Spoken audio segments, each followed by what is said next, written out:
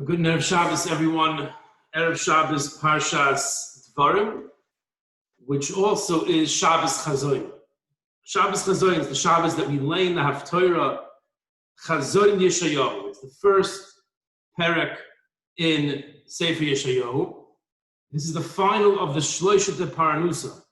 As we mentioned in the Women's Shir the other night, normally the Haftorah has to do with the topic of the parsha that we read that week in Shul.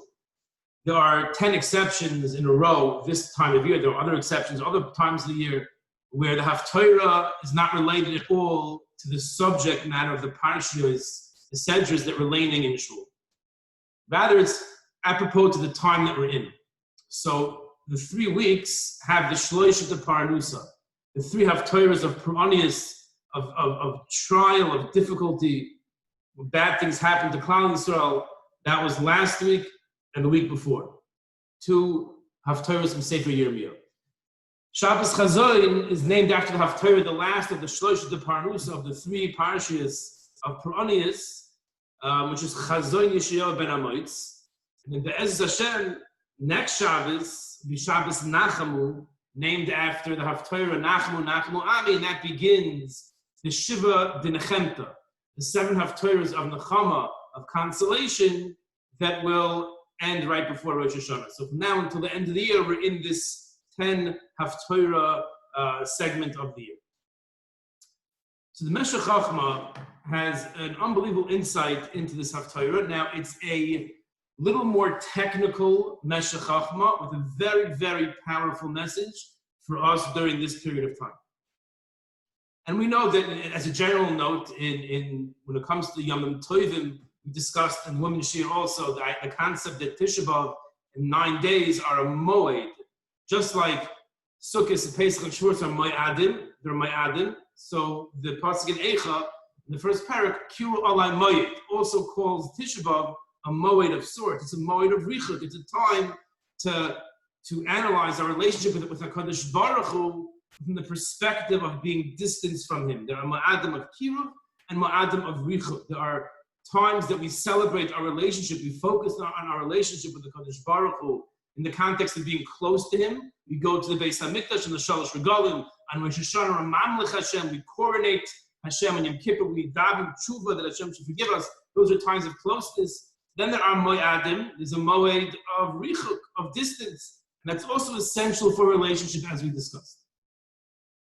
So that's the Haftarah that we lay in this week. And the Navi Yeshaya is not bemoaning the fact that the Beis HaMikdash was destroyed. The Navi Yeshaya is bemoaning why it was destroyed. And that's really what we have to focus on. Not so much that it was destroyed, which is horrible. We have to look to the future, to the present and to the future, and get it rebuilt as soon as we can. So the pasuk in pasuk Yud Gimel in Perek Aleph in Yeshaya in Haftarah, so Yeshaya is saying Ki'ilu from HaKadosh Baruch Hu Lo Yisaysifu Havi Minchas Shav. The Yidden were still bringing korbanos before the Churban Abayis, and Hashem did not want their korbanos. So the Navi specifies 2 particular korbanos. The question is going to be, why specifically these 2 korbanos? Don't bring the minchas shav. Mincha is a flour offering, sometimes with oil, sometimes without oil, a flour offering. Don't bring your minchas shav, your mincha, your flour offering. It's worthless. Don't bring it. K'toris to'eva hili. Your k'toris, your incense, is an abomination to me. So don't bring your minchas shav, your false mincha. Don't bring the flour offering, and don't bring the k'toris. So Meshech Chochma is wondering what is unique about these 2 korbanos, about the mincha and about the k'toris. And the Navi didn't talk about, he didn't give specifically in this pasuk at least, the zvachim, which are the oil, the shlamim, the animal offerings. But there are oifis, there are bird offerings. The Navi is focusing on the k'toris, the incense, and on the mincha. So the Meshech Chochma begins by making a contradiction between 2 Gemaras. One Gemara says, a famous Gemara in Krisis, the Gemara says, Kol Tainus, any fast day, she'ein ba mi poishe Yisrael, that don't have those who rebel against the Kadosh Baruch Hu, and then in other words, evil, non-religious people who are evil, ain't a tinus, that's not a tinus. That's not a fast day, and the Jews' tefillahs, their prayers, will not be answered. What's the proof that it's a fast day, if the Yom Kippur, if the Tisha B'Av doesn't have with it the Poishe Yisrael, the evil ones of Klal Yisrael who rebel against the Kadosh Baruch Hu, that even the Tzaddikim's tefillahs will be affected negatively and might not be answered? What's the source for that? Says the Gemara in Krisus, Sherei Reicha Chelbana, which was one of the spices that went into the incense, Reicha Ra, it had a bad smell. Yet the pasuk still lists the chelbana with the other spices that went into the incense. Says the Meshech, the chelbana was inherently bad smelling. It was pachas ba'atzmiuso. It was objectively not appropriate to go into the Torahs. That being said, when you take that bad smelling spice and you put it into the tzibur, you put it into all the other good smelling spices, it itself becomes a good smelling spice. And it's able to take out the reich, it brings out the best in the other spices. It itself smells good. And somehow when I add that into the Keturos, it's it causes the other ones to smell even better. A fascinating observation. You take a bad smelling fragrance, you put it into a group, all of a sudden it smells better, it causes them to smell better. If it's by itself, it's no good. It says also in the Gemara in Sanhedrin, Pizur l'Rishonim nor lehem v'nor l'olam. So in the first Gemara, we incorporate the Rishonim. Now says the Mishnah Sanhedrin that Pizur l'Rishonim, send the Rishonim mifuzarim, spread them out. That's nor lehem and nor l'olam. Don't include them in your bundle. Don't include them in your ketores, so to speak. Spread them out. When you spread them out, it's much better. We see that if you take the Rishon, you put them into the Chevra, into the group, so then they're going to add evil into the group. So it's Pazer. He's the Rishon Nalahan. Send them away. That's what the Gemara, the Mishnah, and Sanhedrin says. Explains the Meshech, it depends. He says that if the Rishon each have a different point of Rasha, a different point of evilness, so then we should include them.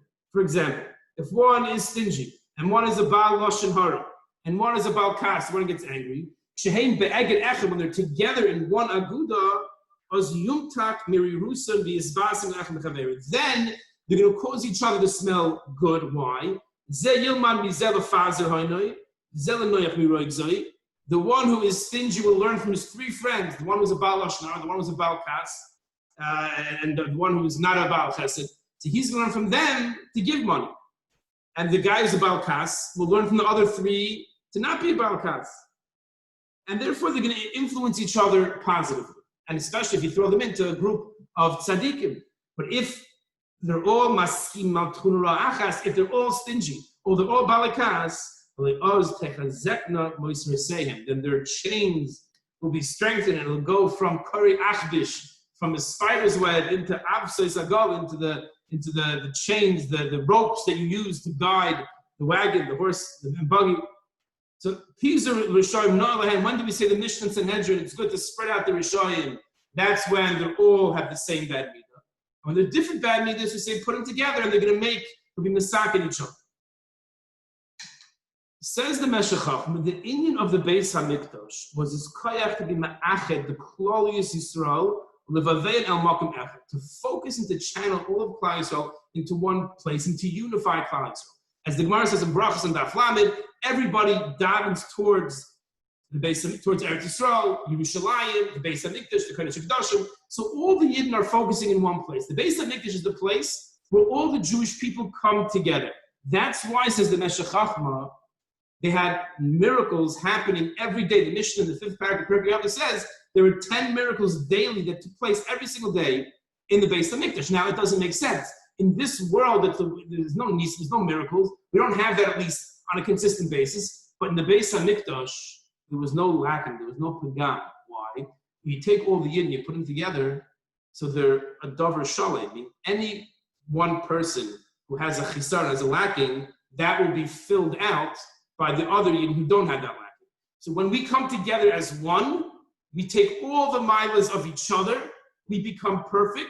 So of course, the Beis HaMikdash is a place where you have miracles, 10 of them every single day. Miracles every single day.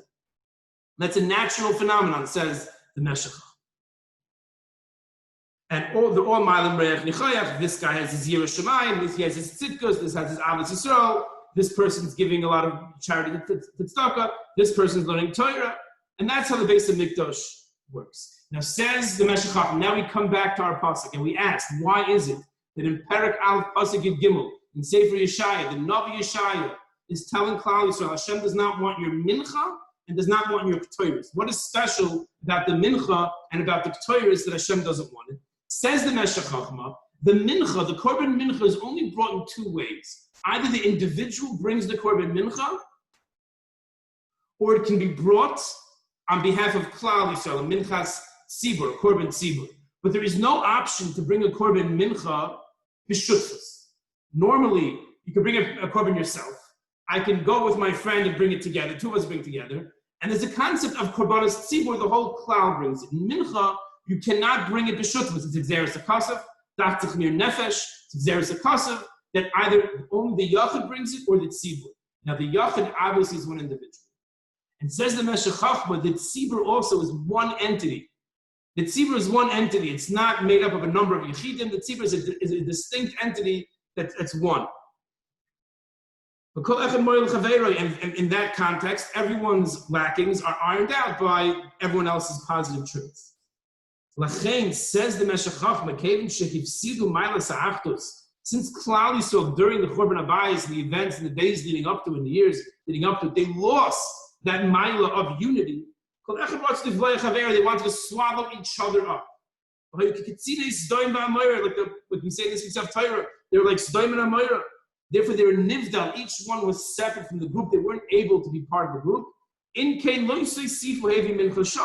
So I can't accept your mincha because you're bringing it as a tzibur, but you're not one tzibur. Everyone's broken up. Everyone's being selfish, looking after their own best interests. You've lost that mila of being one entity, of being one tzibur. Now you're a bunch of yechidim, and you can't bring a mincha b'shutfus. You can't have a partnership of a number of individuals bringing a mincha. It has to be one group together. This same thing argues the Meshech Chochma with the Ketores. The Navi is telling Klal Yisrael, don't bring your Ketores. Why? In the Ketores, everyone is misvasa michaveira. In the Ketores, every person every spice gets a better smell from even the bad smelling spices. So that's only if the yin again are in unity, if they're working together and each one's mila is covering for the other person's lacking. How does that work? By I see this person, I see what he's doing, and I'm able to live up to that. When we're acting as a group together, there's rebuke, there's toichach, as we'll see in a moment in the Meshech Chochma, and that's how the people who have various milas are able to be mashpia, to affect, to influence those who have lackings, and those people who are lacking in area A and have a mila in area B, influence those people who influence them, and with that we're all mashlim each other. But when we're all mafuzar b'fnei atzma, like they were in the times of the Churban Abayis, then it's Ketores Ta'evahi. Your Ketores is an abomination. The concept of Ketores is to bring Klal Yisrael together. And you're not together, I don't want your Ketores. That's why Hashem says, I don't want your Ketores, and I don't want your mincha. Those two korbanos can only be brought if Klal Yisrael is muted. What was the chisaron? What was the lacking? The lacking was they did not take rebuke from each other. Right? Because if we're all in one group and I see you have a positive and I have a negative, I'll learn from you. So explains the Meshech Chochma like this. Meshech Chochma says there are two types of rebuke. And we'll do this part outside. There's a rebuke that one person who's on the same level as the other person can give. Now, that rebuke doesn't work. So Reuven says to Shimon, I see that you're not dealing honest in business. I see you're not dealing honest in business. You're cheating here, you're cutting corners there, you're fooling your customers, it's not right. So Shimon will say to himself, listen, Reuven, you're a very wealthy guy. You only have a couple of kids. and you're very wealthy. I have a lot of kids, and a person is struggling financially. So you don't have my nisyonis, says Shimon. But if Reuben also has a lot of dependents, and Reuben also is struggling, and still Reuben is sticking, that's the example Meshech brings, Reuben is sticking to his guns, and he's keeping the halacha, and he's not cheating. So Shimon will say, wow, by example, I see what Reuben's doing, I want to be like that as well. In other words, Shimon is not going to accept Reuben's rebuke because Reuben said it. Unless, as we say, kishoit atzmacha, beautify yourself, adorn yourself. So Shimon sees that Reuben is in the same boat as he is, as Shimon is, and still Reuben is being successful in the shmiras mitzvahs. That is a teichacha that will work for Shimon. But just Reuben telling him it's not going to work. It's not going to work. But it will work when he sets an example. That's one way of teichacha. There's another way of teichacha where the gadol hador comes to you. So if Moshe Feinstein would come to someone and say that, I see you're cheating in business, it's not the right thing, I expect more of you. So no one's going to say, yeah, but Rav Moshe, you've never been involved in business in your life. You've never had the struggles I have. You can't relate to me. A person wouldn't and shouldn't say that. Moshe Feinstein said it? Okay, I accept. When the person himself, mitzad his stature and his holding in my eyes is very great, I'll accept what he has to say, even if I don't see him in the same struggle that I have, but I'll accept him because of who he is. So there are two types of rebuke. There are two effective ways to rebuke, either by example, and that's a person who himself is no greater than the person he's rebuking, but he's setting an example, and the example is the rebuke. Then you have a person who's greater than the other person, and he has the other guy's ear, so to speak, and he tells him what to do, and that teichacha works.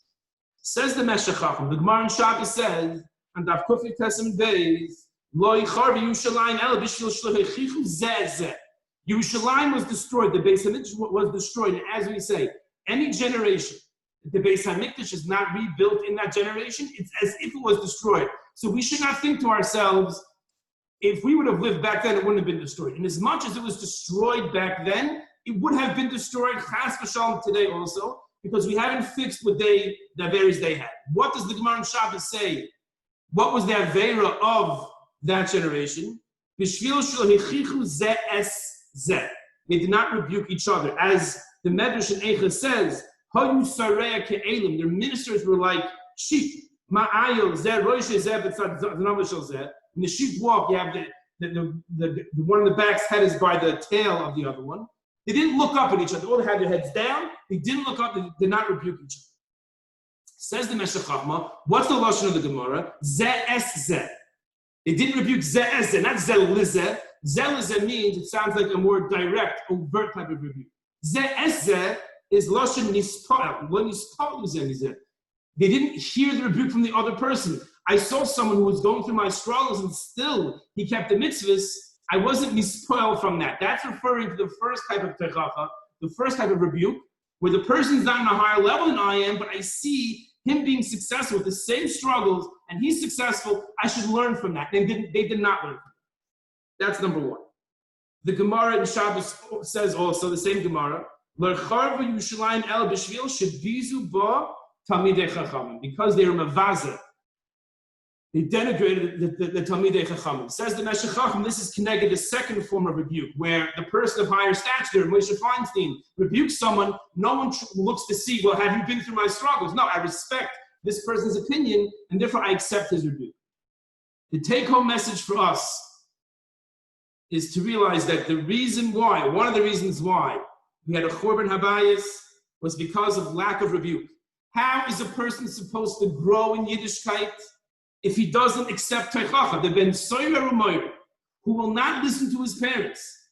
Chazal tells us, the Torah tells us, then there's no hope for him. If he doesn't let anything come in from the people who are closest to him, he doesn't let anything come in, so there's no hope for him to ever let anything come in, and therefore we're able, the Torah is able to say, let's kill him now when he's Zakai, because for sure he's going to be Chai. For sure he's going to be Chai. It's incumbent upon us entering these days, now we're in the 9 days, and we're heading towards Tisha B'Av, to try to rectify the averas, the shortcomings of that generation that experienced the Churban. The Meshech Chochma, the Gemara in Shabbos, is telling us it was a lack of accepting teichacha. Let us try, as we go into the Shabbos Chazoin, to shed the ego. Let us shed the ego that we have and the inability, if someone tells us, Rabbi, I think you're doing the wrong thing. What are you talking about? Usually is the response. We defend ourselves.